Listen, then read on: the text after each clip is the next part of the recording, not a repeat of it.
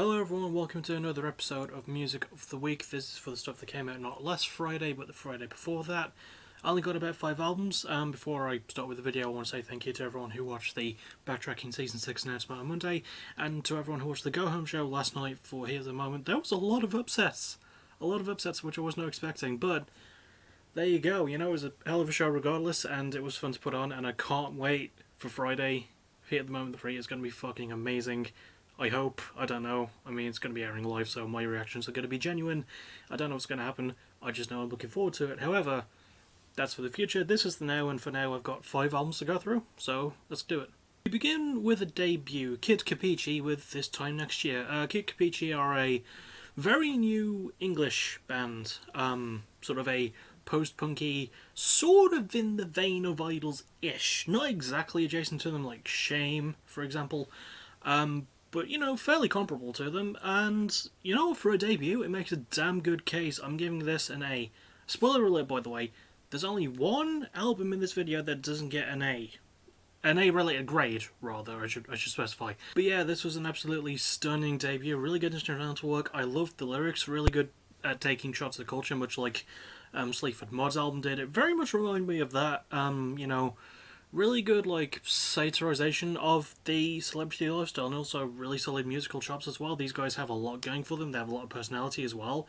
The production is mwah as well. So, yeah, fucking check this out. In fact, check most of these albums out, except the next one, which I'll get to now. Next is Love and Death with Perfectly Preserved. Now, for those who are vaguely familiar with Love and Death, they came about after Brian Head Welch, formerly of Korn, sort of left Korn for a bit. He's since rejoined them. And this is Love and Death's second album, their first in 8 years. I did not catch up with their debut, although I listened to a couple of songs from it. And all I can say is that this album gets a C+. It's not completely terrible, and it does have some merit. I just feel like that there's something not quite clicking for me with this album. I don't think it was too terrible, which is why I'm not going to give it a lower grade.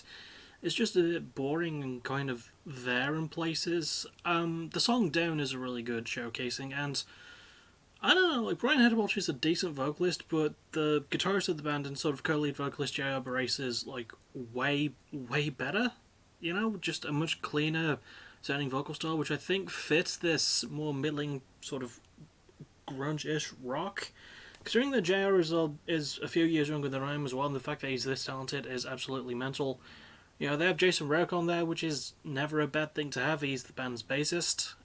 So yeah, I don't know, it's just sort of one of those things with this particular nu metal, Christian metal niche, you know, it's always something that doesn't fully add up, and this album is no exception. However, unlike most people who don't believe in God and therefore think all Christian music is terrible, I hate people like that, honestly, this does try, and I can always appreciate when something sort of tries. I just wanted it to try a little bit harder. Next up is The Pretty Reckless with Death by Rock and Roll. Now, The Pretty Reckless are a band I covered for Backtracking last year. I think almost exactly last year. I could be a bit wrong about that. I don't remember at what point I covered them. But yeah, they've put out some really good stuff in this album. Also fantastic. I'm giving it an A. I do appreciate the fact that it took 5 years since their last one because of the fact that their longtime producer and friend passed away in 2018, and they were recovering from that. Taylor Momsen, the lead singer especially, was sort of in a really bad spiral, and that does inform a lot of the lyrics on this album, and also a lot of the musical choices as well. It's a bit more experimental. There's like more grunge tinges, there's a country-ish song as well, and it doesn't fall, actually. It actually manages to make it all work, which is quite surprising for something like this. But it still goes hard when it needs to. Taylor Momsen is I'll say it again, I've said it before, I'll say it again, fucking underrated, okay? Taylor Momsen is viciously underrated, and I don't get why people hate on her so much. I think she's really, really good. And, yeah, obviously the rest of the band's great as well. This is a really good album, so A. These next two albums sort of represent a theme of sorts, I guess you could say. First of them is Slowthai with Tyran. Now, Slowthai I sort of missed in 2019 with his debut album, Nothing Great About Britain, but I did catch up to that in 2020, and I loved it, because it's a really good album. This one, also really good. I'm giving it an A-. I would give it a higher grade if a lot of the songs felt more like actual songs. It just feels like that thing I hate a lot in rap, But I'm giving Slowthai a pass, not just because he's British, not just because he's young, and not just because he's ridiculously talented and I like him. Okay, maybe it is because there is reasons, but I'm giving it a pass because a lot of the local content on this one is absolutely uncanny. It's more of a personalised look at himself and, like, how he sort of, like, blew up after Nothing Great About Britain came out, and his dealings with his depression and his anxiety and his ADHD, and, you know, like, still deals with some of the British politics stuff, but not nearly as much as Nothing Great About Britain did. Which I do appreciate. I like that it manages to sort of stick to the theme that Nothing Great About Britain had, but manages to build on that and add a lot more to it. And I feel like that's something that's going to go past a lot of people's heads, but I caught on, and I do like it when an artist is able to open up about himself when they're this early in their career, and when they're able to do it this young and this early in their career without sounding like a whiny bitch. So, Slowthai, Tyron, because that's his real name as well, which is a really good touch on naming this album after your real name. Good job, my mate, and I'm looking forward to your third album whenever that comes out. It's going to be fucking great. And finally, carrying on the theme of Slowthai, we have Teenage Wrist with Earth is a Black Hole. Now, I caught Teenage Wrist's last album, Neon Jesus, back in 2018 when it dropped. It was their debut, and I loved it. I like this one a bit more, though. Once again, giving it an A-. I think the difference between the two albums is that Earth is a Black Hole, despite having a darker title, is a bit more optimistic in terms of its sound, and bizarrely it doesn't feel like a complete 180 from Neon Jesus, which was a little bit darker in terms of how it approached things, but still handled really well. And that's sort of the thing with, like, shoegaze rock as a rule, you know, especially when mixed with emo. It's very difficult to make it all sound good and come off well, but Teenage Wrist are just really, really good at this shit, and I feel like they're one of my favourite growing bands right now. They have a lot going for them, they have a lot of personality. Really, really good production on this album as well. Everything just sounds super duper clean.